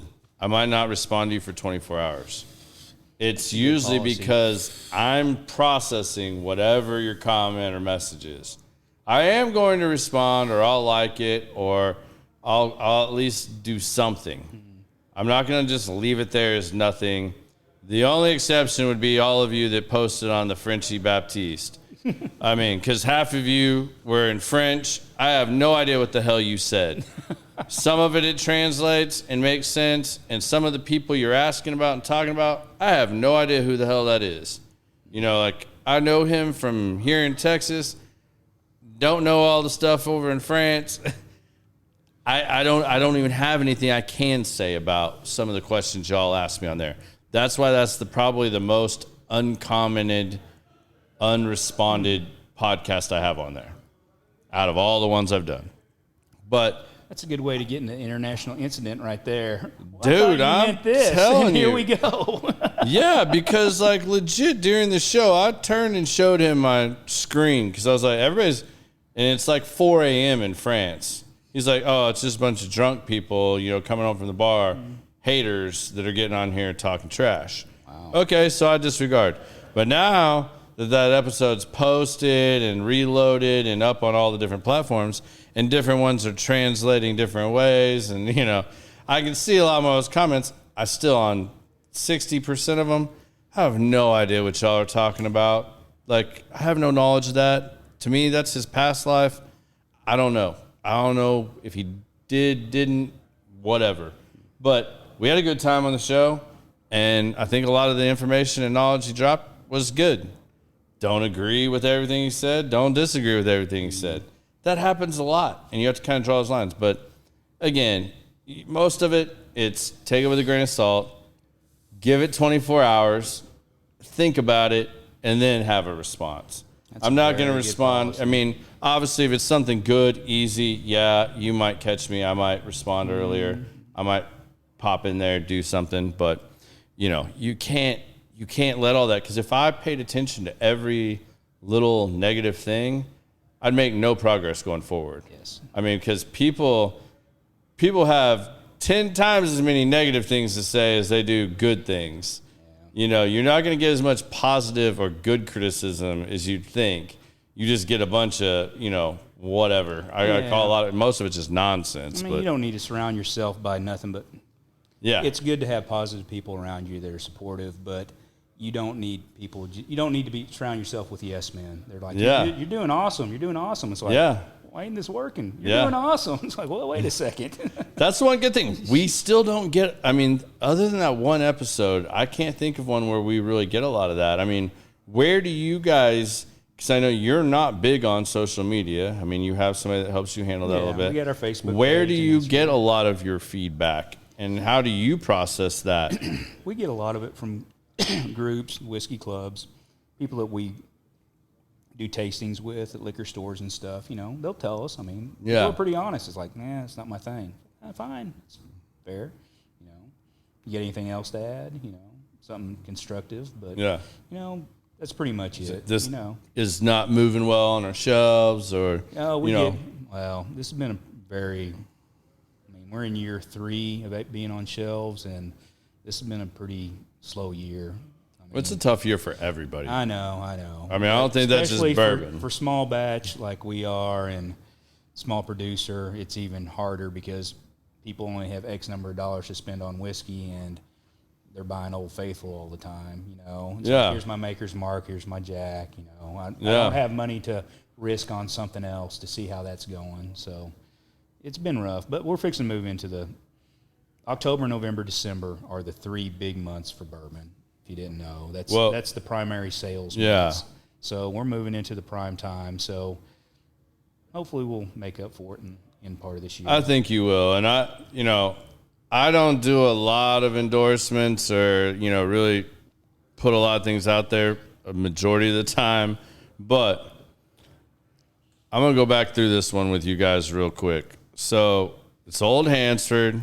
It's cask strength bourbon whiskey. That's what the label looks like. You guys can find this here locally. Most of you, the majority of you that are on here, have access to this.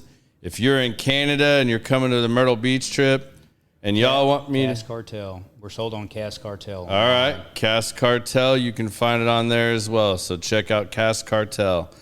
Any of you guys coming down from Myrtle Beach, you want me to bring this because I know there's a bunch of cigar smokers on there, let me know. I'll bring you some bottles. But this is coming in at about 123 proof, roughly just under. It's at least 2 years old.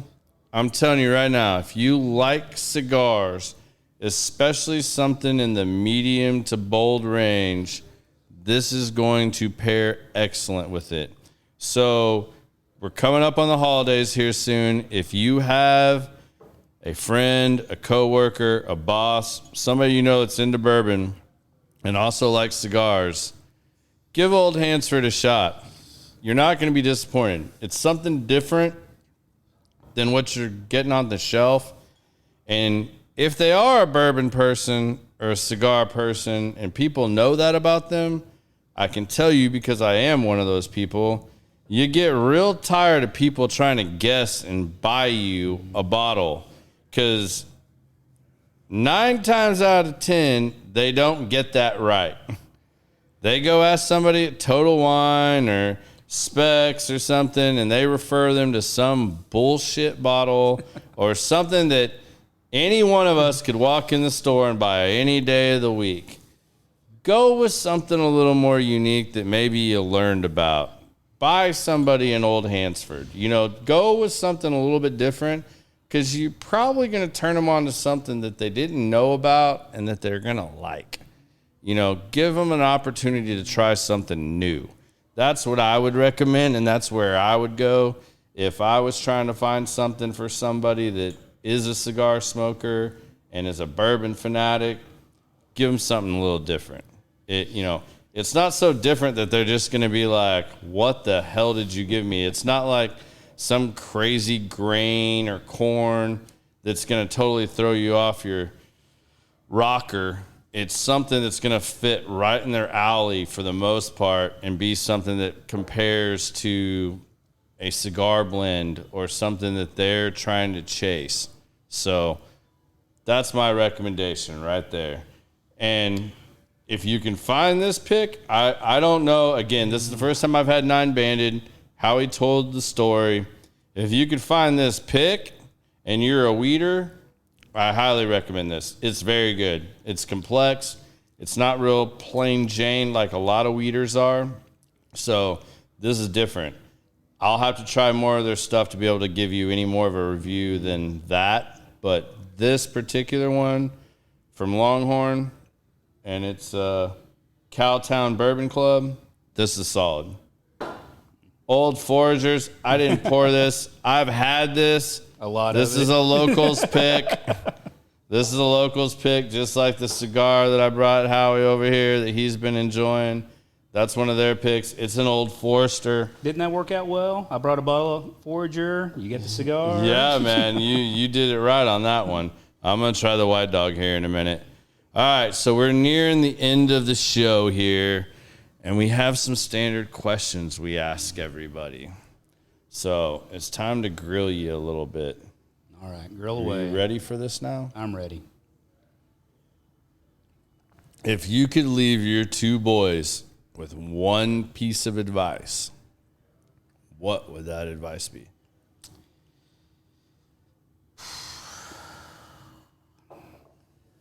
Take chances and follow your dreams.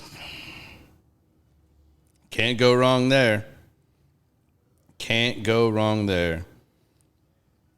All right, before we get to the other one, the real important one, tell me a little bit about your White Dog. Okay, so this may take a little bit more longer than you want, but no, that's fine. We got time. We got plenty of time. So here's what happened in the bourbon world last year. Since we're a small non-distilling producer and we buy stuff from MGP, and we're not under contract for like thousands of barrels. Pretty much call up, say, hey, we need to buy a barrel or two for our next batch. We called up the beginning of 2023, like, we need a couple more barrels. And that's 165 proof. That's White Dog. It's good. That's what you know, what you're going with. No, just come smell it. Come on, get your ass up. You just gotta smell it. Oh, I want to see your reaction. It's like in a handwritten bottle. Like, you already know this is. Yeah, you went to the distillery, or you don't have. No, that's a bottle. right off that batch we did. So the reason we have that it's right like now, smelling salts. just put a little on your finger. It'll give you a taste. You put this in a carburetor and start your car. Hold on. Yeah, you could. Legitimately. Yeah, no problem. Whew. So last year we called up MGP and we're like, we need to get some barrels, and they're like, Yeah. we got nothing to sell you. Everything is under contract. There's no more aged bourbon. We might be able to find you some new fills at probably $500 more than what was quoted a year prior.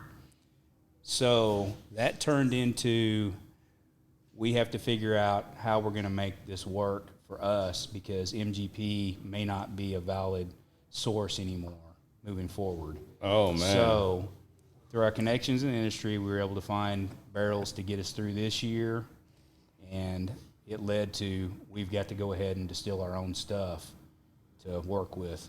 The other distillery in Texas we work with have enough to get us through for several years, and we can get contracts with them to sure that up going forward.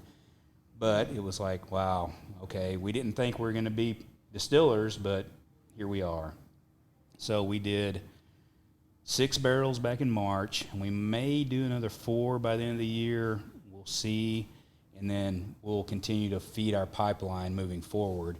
And so since we had to replace the MGP 36% rye, we took their exact same mash bill, and that's MGP, or that's the same mash bill as 30% rye MGP. Now, this is made with MBS grains from Denton, which most of the brewers use and most of the distillers use here in Texas. Well, at least I know some of them do. And so we did this down in Galveston, and this in 3 years, maybe 3.5, depending on how things go, this is what's going to become maybe a smaller, cheaper value product, and will also be used in blending our Old Hansford moving forward. All right. I'm glad I saved this in because I'm going to be speaking Chinese after this. I mean, it punches you right in the middle of the chest, but it does have a good taste. See, that's where you The know you taste got is something very to work unique. with. That taste is, I mean, I took a way smaller sip than you did, but the taste is sitting on my palate is actually flavorful once you get past getting body slammed. Oh, yeah. All that ethanol is super heavy. Oh, my but God. once you kind of strip that away and get to the flavors of it, It's flavored E85. I just took the first sip. I couldn't get past the nose because that ethanol, Yeah. that shit'll kick you in the nuts. But now do you real taste? fast. But now do you have the flavor sitting there that you've gotten past that point? Yeah, it gets past it real fast. Like I really like.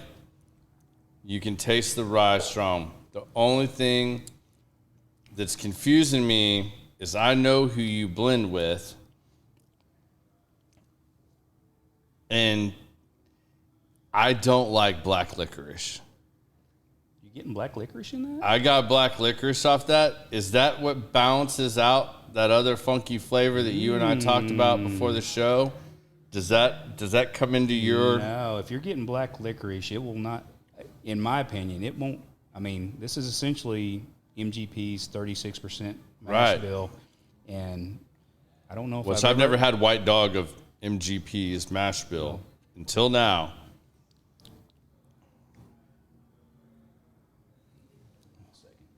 Where are you getting this licorice note from?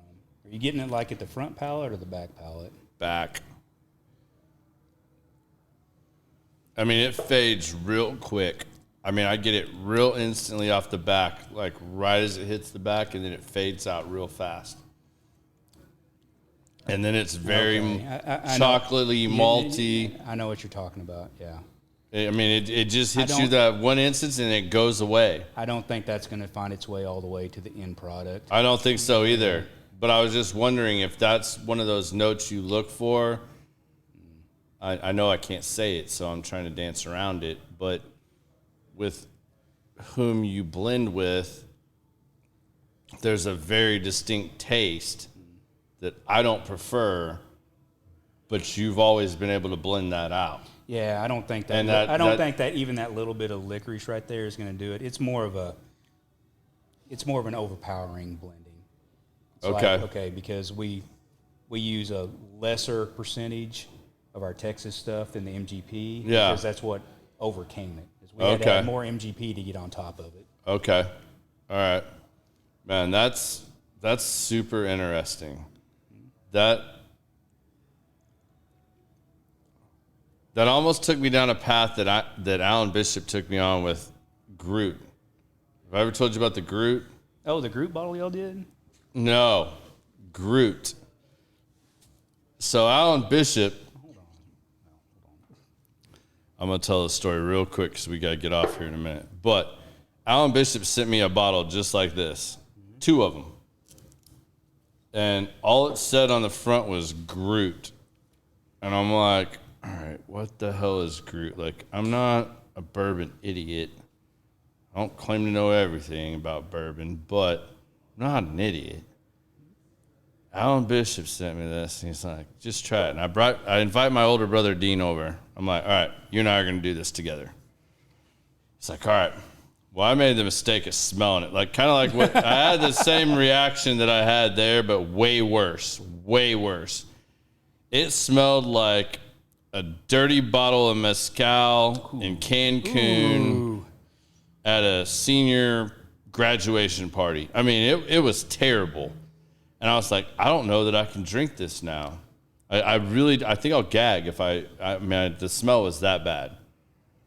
And my brother was like, oh my God, you're right. I mean, like, you couldn't have described that any better. And I'm like, yeah, man, I don't know how we're going to do this. I can't not try it. Alan sent it to me. So we take it. Man, the minute we taste it, it's some of the best shit I've ever drank in my life. It was amazing. It was absolutely amazing. But the nose, I was literally like pinching my nose and like taking the sip. But the nose was that. The terrible? nose was terrible when the bottle first opened. After a while, it wasn't as bad. But then, like, tasting it, it was absolutely amazing. And I was like, all right, I looked up Groot. Groot was what the Vikings used as hops for their beer back in the day before there were hops, right? So you take the Groot. Is it in the hops family? I mean, kind of, yeah. It's kind of in the hops family. And so I finally had enough. I called out, and I'm like, Bishop, what the fuck did you do? Like, this is the worst smelling, best tasting shit I've ever had, and I've already almost drank both bottles. Like, and I need more, by the way. I'm gonna send you some more Iron Root because he loves Iron Root. I'm gonna send you some more Iron Root. Send me some more of that Groot shit. Man, he's like, well, all right. So he goes over the Groot thing. I was like, yeah, I got that part. But this isn't like beer hopsy. Like, this is like White Dog. Like, he's like, no. So if the Vikings were that fucking smart, he's like, what if the Vikings decided to make their own whiskey? He's like, so remember that shit I did out on the farm with the stones and the fire and the mash and the brew and all that? He's like, yeah, I made Viking Groot. He's like, then I decided to distill it because the Vikings were smart enough to do that. Why weren't they smart enough to distill it? Vikings knew how to distill. The climate, it's too cold. It would take him 100 years to get anything worth. But that's what he did. He did it in winter in Indiana and distilled Groot. Okay. And he's like, put it in my basement, yada, yada, yada. That's Groot, Viking whiskey. I was like, holy shit. All right, make some more of that shit. Send me some more. Next time you have a batch coming out, I better be first on your list to get some more Groot. Do you ever do anything else with it? Yeah, he's got more. I should have some more Groot sometime soon. Okay, you piqued my interest now. Yeah. When I get the next bottle of Groot, I will definitely have you over and share some with you. Like, it's amazing. But, like, man, that was some weird shit. Weird. That is amazing. I mean, to have doesn't that make terrible any in nose and it tasted phenomenal. But it literally smells like soured mezcal. That just sounds bad. It sounds bad. It sounds terrible. And I don't have the greatest nose. Like, I either can't smell it or I really smell it. Like, it's one or the other. I have no in between. I've broken my nose too many times. I've had 2 reconstructive surgeries. It's one or the other. Yeah, see, it still like goes like that. Yeah, it's still jacked up. Yeah, we won't get into that. All right, before we wrap this up, the last big question. Show's called Common Sense. You shared a lot of common sense with the folks tonight, but it's your last chance. Something you didn't get to say, something you wish you'd have got to say, but you get to share your 2 cents of any common sense you want with the good people that are watching the show.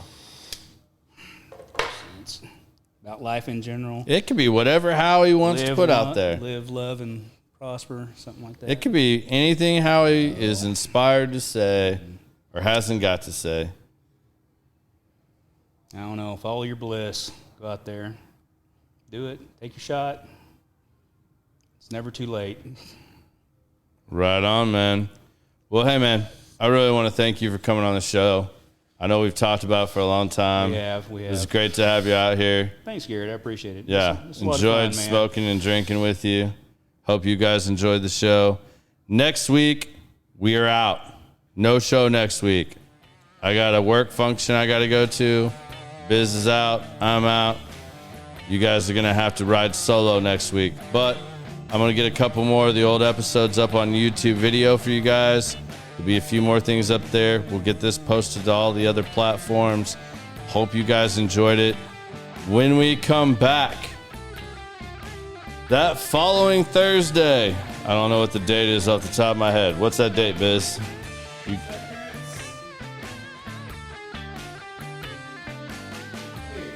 28th, Thursday the 28th. I got a special treat for you guys. So, all you local folks here in Texas, the great state of Texas, this is probably the number one requested guest we've had to date. Everybody talks about this Navy SEAL from Wiley, Texas. This guy named Scott Phillips. He's a preacher. He owns a Brazilian jiu-jitsu gym. He was a Navy SEAL. He just put out a movie with some other Navy SEALs that's out. You can go watch it right now. I'm not going to drop anything else, but we're going to have Scott Phillips joining us on the 28th here live. I don't think he drinks. I don't think he smokes. I'm still going to smoke, hang out, but we're going to have a good time with Scott. So, all of you that have been asking me, messaging me, it happened. He's coming on the show. He's pumped up about it. I mean, if you know anything about this guy, Navy SEAL, preacher, movies, jiu-jitsu, what more do you want? This guy's going to have all kinds of stuff dropping on you guys next 2 weeks from now.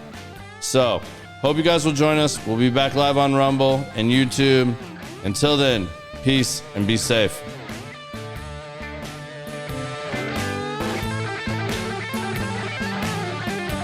Clear. Oh, yeah.